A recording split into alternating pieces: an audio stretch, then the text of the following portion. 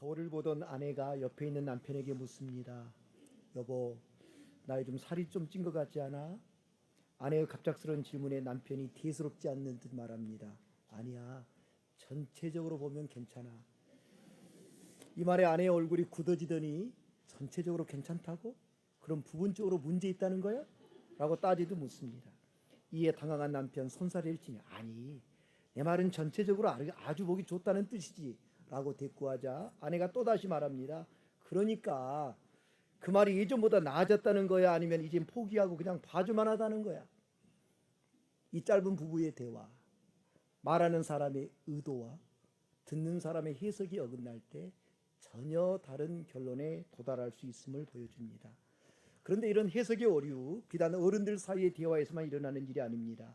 어린아이의 순수한 시선이 성경의 영적인 진리를 만날 때도 종종 발생하곤 합니다. 어느 주일학교 분반 공부 시간에 선생님이 마태복음 7장의 좁은 문에 대해 가르치셨습니다. 여러분, 천국에 가려면 좁은 문으로 들어가야 돼요. 그 길은 험하고 문이 아주 작답니다. 그 말을 듣고 집에 돌아온 이 아이, 저녁 식탁에서 밥을 먹지 않고 한숨만 푹푹 내쉽니다. 그 모습에 걱정이 되어 엄마가 묻습니다. 우리 아들 왜 밥을 안 먹니? 어디 아파? 그러자 아이가 아주 심각한 표정으로 대답합니다. 엄마, 오늘 교회에서 들었는데 천국 문이 아주 좁대요. 나 밥 많이 먹고 살찌면 그 문에 끼어서 못 들어갈까 봐 그래요. 이 아이는 성경이 말하는 좁은 문을 실제 문으로 오해한 것입니다. 어린아이의 이런 사소한 오해는 웃고 넘길 수 있지만 하나님의 마음을 우리 방식대로 오해하는 것, 전혀 다른 문제입니다. 한 지인이 페이스북에 올린 글인데 마음에 공감이 된 내용이 있습니다.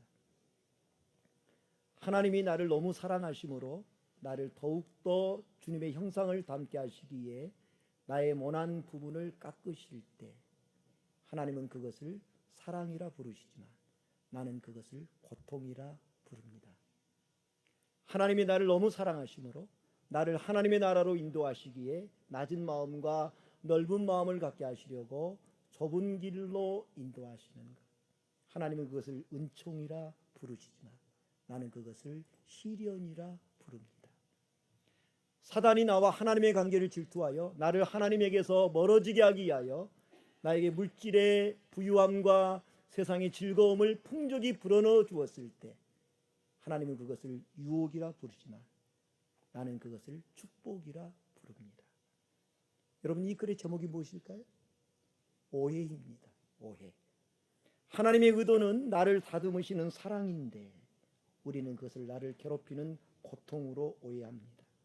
하나님의 의도는 나를 천국으로 이끄는 은총인데 우리는 그것을 나를 힘들게 하는 시련으로 오해합니다. 사단의 의도는 나를 하나님에게서 멀어지게 하려는 것인데 우리는 그것을 내게 주어지는 축복으로 오해합니다. 이는 하나님의 의도를 우리의 잣대로 재단해버리는 너무나 안타까운 영적 오해요, 영적 오역입니다. 우리는 지난주 인류의 운명을 바꾼 한 사람 법칙에 대해서 말씀을 나누었습니다. 아담 한 사람의 범죄로 인해 온 인류가 죄의 종로로 가게 되었지만 이제는 또 다른 한 분, 예수 그리스도의 순종으로 우리에게 은혜의 통치가 시작되었습니다. 바울은 그리스도로 말미암는 은혜의 풍성함을 5장 20절에서 이렇게 선포했습니다. 죄가 더한 곳에 은혜가 더욱 넘쳤나니. 이 얼마나 가슴 벅찬 선언입니까? 죄가 더한 곳에 은혜가 더욱 넘쳤나니. 죄가 아무리 크고 깊어도 하나님의 은혜는 그보다 더 크고 깊다는 말이잖아요. 죄가 아무리 넓어도 하나님의 은혜는 그보다 더 넓다는 것이잖아요. 이 선언은 한 사람 아담의 불순종의 파괴력보다 한 사람 예수 그리스도의 순종이 가져온 회복의 능력이 비교할 수 없을 만큼 압도적이라는 감격적인 선언입니다. 그런데 앞서 본 남편의 말을 곡해한 아내처럼 혹은 하나님의 사랑과 훈련을 시련과 고통으로 해석하듯 하나님의 이 놀라운 은혜를 자기 마음대로 애고가는 사람들이 있습니다. 죄가 많은 곳에 은혜가 넘쳤다고? 그럼 은혜를 더 많이 받으려면 죄를 더 많이 지어야겠네? 그래서 바울이 물었던 질문이 무엇입니까? 1절입니다. 그런즉 우리가 무슨 말을 하리요? 은혜를 더하게 하려고 죄에 거하겠느냐? 가장 최근에 번역된 새한글 성경 1절을 다시 읽어드립니다. 그러면 우리가 무슨 말을 하겠습니까? 은혜가 더 커지도록 우리가 죄 안에 줄곧 머물러 있어야 하겠습니까? 공동번역은 이렇게 번역했습니다. 그러면 은총을 풍성히 받기 위하여 계속해서 죄를 짓자 말할 수 있겠습니까? 이에 대한 바울의 대답은 매우 단호합니다. 2절이죠. 그럴 수 없느니라. 죄에 대하여 죽은 우리가 어찌 그 가운데 더 살리요. 여기 그럴 수 없느니라. 이 말은 단순히 부드러운 구절이 아닙니다. 공동번역이나 새한글 성경은 이 구절을 절대로 그럴 수 없습니다. 아주 매우 강한 어조로 표현했습니다. 헬라어 원문의 뉘앙스를 살리면 이는 대화할 가치조차 없는 어불성설이라는 것입니다. 논리 자체가 성립되지 않는 말도 안 되는 소리라는 것이죠. 은혜를 더 받기 위해 죄를 더 짓겠다는 것, 마치 건강하기 위해 독약을 더 마시겠다거나 부모님의 용서를 더 깊이 체험하기 위해서 부모님 가슴에 대못을 더 받겠다는 말과도 같습니다. 은혜를 더하게 하려고 죄에 거할 수 없는 이유, 이미 죄에 대해서 우리가 죽었기 때문입니다. 그리스도인은 죄에 대하여 죽은 자입니다. 죄에 대하여 죽었다는 것은 과거 우리가 죄에 대하여 살았던 때가 있었음을 전제합니다. 그때 우리는 죄 가운데 행하여 이 세상 풍속을 따르고 공중 권세 잡은 자를 따랐습니다. 그때 우리는 다 죄 가운데서 육체의 욕심을 따라 지내며 육체와 마음이 원하는 것을 하며 다른 이들과 같이 본질상 진노의 자녀였습니다. 그러나 이제 우리는 죄에 대하여 죽었습니다. 죄에 대하여 죽었다는 것은 죄의 영역, 죄의 지배에서 벗어났다는 말입니다. 도대체 언제 우리의 삶에 이런 일이 일어났습니까? 이에 대한 바울의 대답이 3절과 4절 전반절입니다. 무릇 그리스도 예수와 합하여 세례를 받은 우리는 그의 죽으심과 합하여 세례를 받은 줄을 알지 못하느냐? 그러므로 우리가 그의 죽으심과 합하여 세례를 받음으로 그와 함께 장사되었나니. 최근에 손주를 얻으신 목사님이 인생을 이렇게 구분하는 것을 들었습니다. 인생은 손주를 얻기 전과 손주를 얻은 후로 나누인다. 아직 저는 손주가 없어서 그런지 이 말이 실감이 나지 않지만 손주를 얻은 분들의 가정을 옆에서 보면 머리가 끄덕여집니다. 손주가 생기면요, 카톡의 프로필 사진이 예의 없이 손주 사진으로 도배가 됩니다. 하지만 성경은 인생을 어떻게 나눌까요? 과거 이스라엘 백성들의 삶을 출애굽하기 전과 출애굽한 이후로 나누듯 성경은 인생을 세례받기 전과 세례받은 이후로 나눕니다. 부활하신 주님께서 승천하시면서 제자들에게 남기신 유언과도 같은 마지막 말씀이 있습니다. 마태복음 28장 18절에서 20절입니다. 우리 함께 한번 읽어볼까요? 예수께서 나와 말씀하여 이르시되 하늘과 땅의 모든 권세를 내게 주셨으니 그러므로 너희는 가서 모든 민족을 제자로 삼아 아버지와 아들과 성령의 이름으로 세례를 베풀고 내가 너에게 분부한 모든 것을 가르쳐 지키게 하라. 볼지어다 내가 세상 끝날까지 너희와 항상 함께 있으리라 하시니라. 부활하신 예수님이 마지막 남긴 명령의 핵심, 가서 제자 삼으라입니다. 그 제자 삼는 첫걸음이 무엇입니까? 아버지와 아들과 성령의 이름으로 세례를 베푸는 것입니다. 예수님의 제자가 되는 첫걸음은 그래서 세례 받는 것입니다. 천주교에서 행하는 교회의 성례는 7가지입니다. 그래서 그것을 칠성례라고 부릅니다. 하지만 우리 개신교는 교회의 성례를 오직 2가지만 인정합니다. 무엇입니까? 세례와 성찬입니다. 왜 세례와 성찬만이 기독교의 2가지 성례일까요? 예수님께서 직접 행하신 것은 오직 세례와 성찬 2가지 때문이기 때문입니다. 그만큼 교회가 세례가 중요합니다. 세례는 단순히 교회의 멤버십을 얻는 통과 의례가 아닙니다. 세례란 죄에 대한 장례식입니다. 세례를 뜻하는 헬라어 밥티조, 물에 잠기다, 물에 담그다는 뜻입니다. 이는 죽음을 가리킵니다. 이를 마치 생생한 그림처럼 보여주는 구약의 사건이 있습니다. 그것은 바로 출애굽한 이스라엘 백성들의 홍해도화 사건입니다. 이스라엘 백성들에게 홍해도화 사건은 단순히 바다가 갈라진 기적의 현장이 아닙니다. 그것은 삶의 거대한 영적 분수령이자 영적 전환점이었습니다. 사도 바울은 고린도전서 10장 1절과 2절에서 과거 이스라엘 백성들의 홍해도화 사건을 오늘 그리스도인들의 세례와 이렇게 연결시켰습니다. 형제들아, 나는 너희가 알지 못하기를 원하지 아니하노니 우리 조상들이 다 구름 아래에 있고 바다 가운데로 지나며 모세에게 속하여 다 구름과 바다에서 세례를 받고, 홍해를 토하는 것을 세례를 받는 것으로 표현했습니다. 참으로 놀라운 영적 통찰력입니다. 당시 상황을 한번 상상해 보십시오. 뒤에는 서슬퍼런 창가를 든 바로의 군대가 무서운 기세로 쫓아오고, 앞에는 시퍼런 푸른 홍해 바다가 가로막고 있습니다. 앞으로 가도 뒤로 가도 죽음만이 기다리는 이 절제절명의 위기 속에서 하나님은 홍해 바다를 가르시고 세기를 내셨고, 이스라엘 백성들은 그 바다 한가운데로 걸어 들어갔습니다. 이 장면, 세례의 핵심적인 두 가지 의미를 우리에게 보여줍니다. 첫 번째로 세례는 수장, 곧 옛생활의 완전한 장례식입니다. 이스라엘을 괴롭히고 끝까지 죽이게 오던 바로의 군대와 병거들, 홍해의 바다 한가운데 모두 수장되었습니다. 이스라엘에게서 홍해는 단순한 바다가 아니라, 그래서 430년 동안 그들을 올가매온 종살이의 굴레를 완전히 파묻어버리는 거대한 무덤이었습니다. 세례가 바로 이것입니다.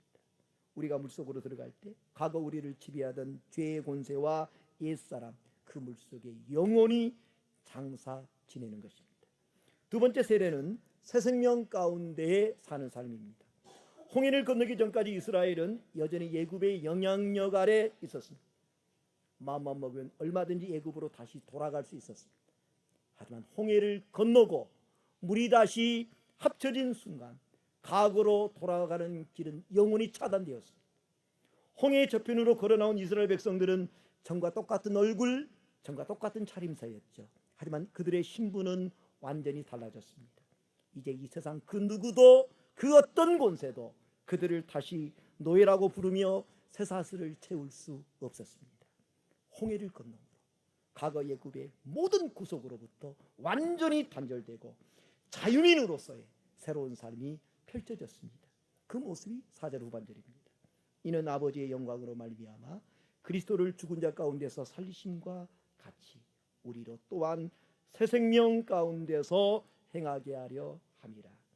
홍해를 건넌 이스라엘 백성들 앞에 이전과 전혀 다른 새로운 삶이 주어지듯 예수님과 합하여 세례를 받는 사람에게는 새롭게 주어지는 것이 있습니다. 바로 새 생명입니다. 새 생명. 이 새 생명 단순히 죽어서 천국 가는 티켓이 아닙니다. 성령 안에서 하나님의 은혜를 호흡하며 오늘을 살아내는 실제적인 생명입니다. 여기서 우리가 주목해야 될 단어는요, 행하게 하려 함이라는 말입니다.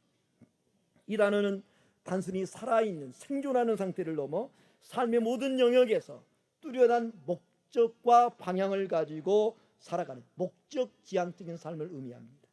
과거 우리의 걸음은 죄의 채찍에 쫓겨 어디로 가는지도 모른 채 죽음을 향해 끌려가는 노예의 걸음이었습니다. 하지만 이제 새 생명을 얻은 우리의 발걸음 다릅니다. 과거에는 죽지 못해 살았다면 이제는 천성을 향해 당당하고 거침없이 내딛는 자유인의 행진입니다. 그렇게 과거와 단절하고 이제 우리가 새 생명 가운데 행하는 삶을 살 수 있는 근거가 있습니다. 5절입니다. 만일 우리가 그의 죽으심과 같은 모양으로 연합한 자가 되었으면 또한 그의 부활과 같은 모양으로 연합한 자도 되리라. 여기 주목할 단어 연합한이라는 말입니다. 연합한. 이 해당하는 헬라어 언어가 심프토이인데요. 이 말은 함께 심겨졌다, 함께 자라났다는 뜻입니다. 이는 단순히 두 물체를 본드로 붙여놓은 상태가 아니라 마치 접붙임을 받은 가지가 온 뿌리와 하나가 되는 유기적인 하나됨을 의미합니다. 과거에 우리는 죄라는 뿌리에 붙어서 죄의 수욕을 마시며 살았습니다. 그 결과는 사망이었습니다. 그런데 하나님께서는 세례를 통해 우리를 그 죄의 뿌리에서 싹둑 잘라내어 생명의 포도나무 대신 예수 그리스도에게 접붙여 주셨습니다. 이제 우리 안에는 아담으로부터 우러르던 죽음의 수액이 아니라 예수 그리스도로부터 말미암는 생명의 수액이 흐르고 있습니다. 주님께서 자신을 포도나무에 제자들 그 가지에 비유하시면서 들려주신 약속의 말씀이 있죠. 나는 포도나무요 너희는 가지라. 그가 내 안에 내가 그 안에 거하면 사람이 열매를 많이 맺나니 나를 떠나서는 너희가 아무것도 할 수 없습니다. 접붙여진 가지 스스로 열매를 맺기에 처절하게 쓰지 않아도 됩니다. 온줄기에 그저 착 달라붙어 있기만 하면 때를 따라 열매를 맺습니다. 우리 역시 부활의 주님께 온전히 붙어 있기만 하면 뿌리로부터 올라온 그 압도적인 생명력이 자연스럽게 우리 삶 속에 때를 따라 풍성한 열매를 맺게 할 것입니다. 부활하신 그리스도와 연합하여 그분의 생명력을 공급받는 삶, 참으로 가슴 벅찬 신비입니다. 하지만 우리 마음 한구석에는 여전히 우구심이 들 때가 있습니다. 아니 내 안에 주님의 생명이 흐른다는데 왜 나는 여전히 죄의 유혹 가운데 흔들리는가? 왜 과거의 옛 모습이 불쑥불쑥 튀어나와 나를 괴롭히는가? 그와 같은 때에 우리가 확인해야 될, 분명히 알아야 될 영적 사실이 6절과 7절입니다. 우리가 알거니와 우리의 옛사람이 예수와 함께 십자가에 못 박힌 것은 죄의 몸이 죽어 다시는 우리가 죄에게 종노릇하지 아니하려 함이니 이는 죽은 자가 죄에서 벗어나 의롭다 하심을 얻었습니다. 예수 믿기 전 아담의 뿌리에 붙어 죄의 수액을 마시며 죄가 시킨 대로 살던 우리의 옛 본성, 옛 자아, 즉 옛사람은 주님과 함께 십자가에 못 박혀 죽었습니다. 우리의 옛사람 죽어가는 중이 아닙니다. 죽어가는 중이 아니에요. 이미 못 박혀 죽었습니다.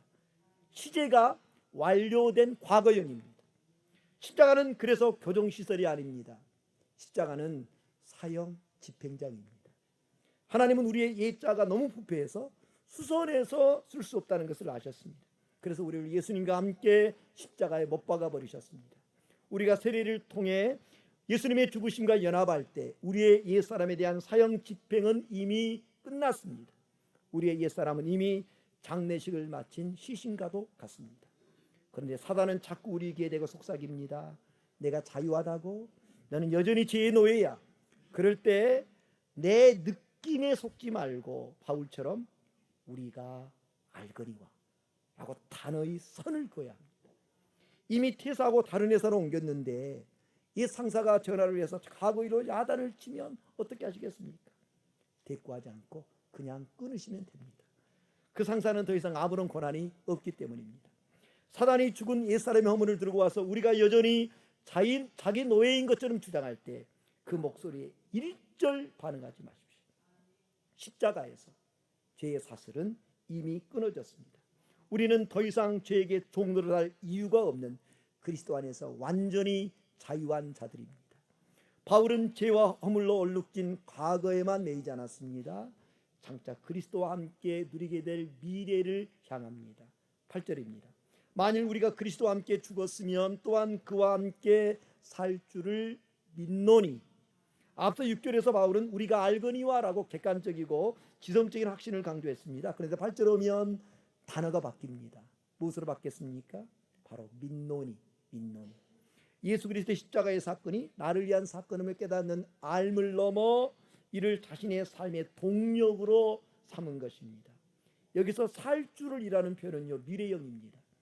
이것은 우리가 장차 죽어 천국에 갈 것만을 의미하지 않습니다. 이 땅에서의 그리스도의 고난에 참여했다면 그분의 영광에도 참여하는 것이 마땅하다는 영적 필요성을 말합니다. 십자가의 고통과 부활의 기쁨 결코 분리될 수 없는 은혜의 패키지입니다. 그리스도와의 죽음이 부인할 수 없는 역사적 사실이라면 그분과 함께 살아가는 삶은 우리가 매일 붙들어야 될 신앙의 고백이어야 합니다. 우리의 이 믿음이 단지 막연한 기대가 아닌 확신이 될 수 있는 이유가 9절의 말씀입니다. 이는 그리스도께서 죽은 자 가운데서 살아나셨음에 다시 죽지 아니하시고 사망이 다시 그를 주장하지 못할 줄을 알미로라. 성경에는요, 죽었다가 살아난 사람들이 여러 등장합니다. 나사로 죽었다가 살아났습니다. 회당장 야이로의 딸 죽었다가 살아났습니다. 하지만 그들은 시간이 흐른 후 다시 죽음을 맞이했습니다. 이 사건은 그래서 엄밀히 말해서 부활이 아니라 소생이었습니다. 사망이 잠시 자리를 비켜주었을 뿐 여전히 그들의 주인으로 군림했습니다. 그러나 예수 그리스도의 부활은 본질적으로 다릅니다. 예수님의 부활은 단지 소생이 아니라 사망에 대한 완전한 승리이자 종결입니다. 나사로와 야이로의 딸의 이야기가 죽음의 일시정지였다면 예수 그리스도의 사건은, 부활의 사건은 죽음이라는 체제 자체의 영구 폐기입니다. 그로 인해 사망은 예수님을 향해 어떤 권리나 어떤 지배권도 주장할 수가 없습니다. 놀라운 사실은 이 법적인 효력이 부활하신 주님과 연합한 우리에게도 동일하게 적용된다는 것입니다. 이제 그리스도인들에게 사망은, 죽음은 인생을 끝내는 절망의 종착역이 아닙니다. 더 찬란한 영생으로 건너가는 소망의 간이역일 뿐입니다.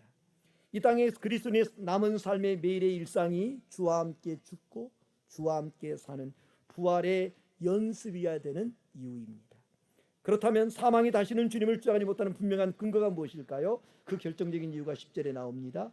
그가 죽으심은 죄에 대하여 단번에 죽으심이요 그가 살아계심은 하나님께 대하여 살아계심이니. 여기서 우리가 가슴에 새게 될 단어는요, 단번에라는 말입니다. 단번에. 예수님의 죽음은 매번 반복될 필요가 없는 완벽하고 최종적인 사건입니다. 이제 우리 죄의 문제를 처리하기에 주님이 또다시 십자가에 못 박혀 죽을 이유가 없습니다.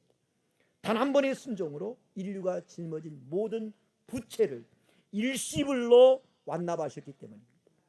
2000년 전 갈보리 언덕에서 처리된 그 죽음의 유력은 시공간을 초월하여 오늘 우리에게 영원히 유효합니다.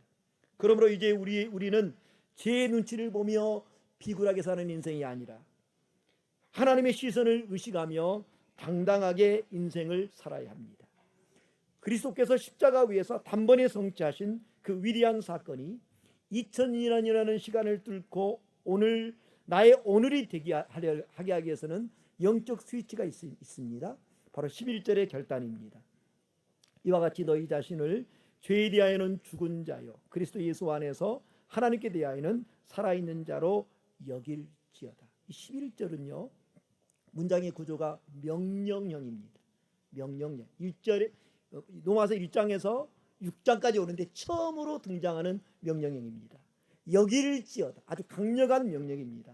이 여길지어다는 말은요, 헬라어로 노기조마이인데 계산하다, 장부의 사실로 기입하다고 하는 회계 용어입니다. 어떤 날은 내가 전혀 거룩해 보이지 않을 때가 있습니다. 여전히 혈기를 부리고 욕심에 눈에 멀기도 합니다.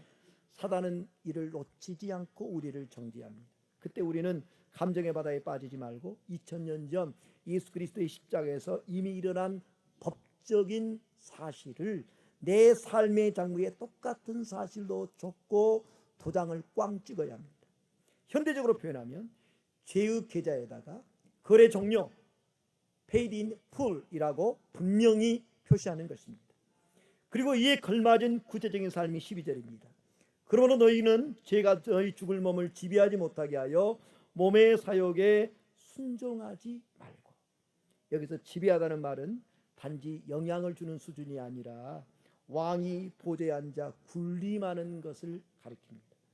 제가 여전히 내 삶의 주인 노릇하고 군림하려 할 때 우리는 몸의 사욕에 순종하지 말고 단호하게 거부해야 됩니다.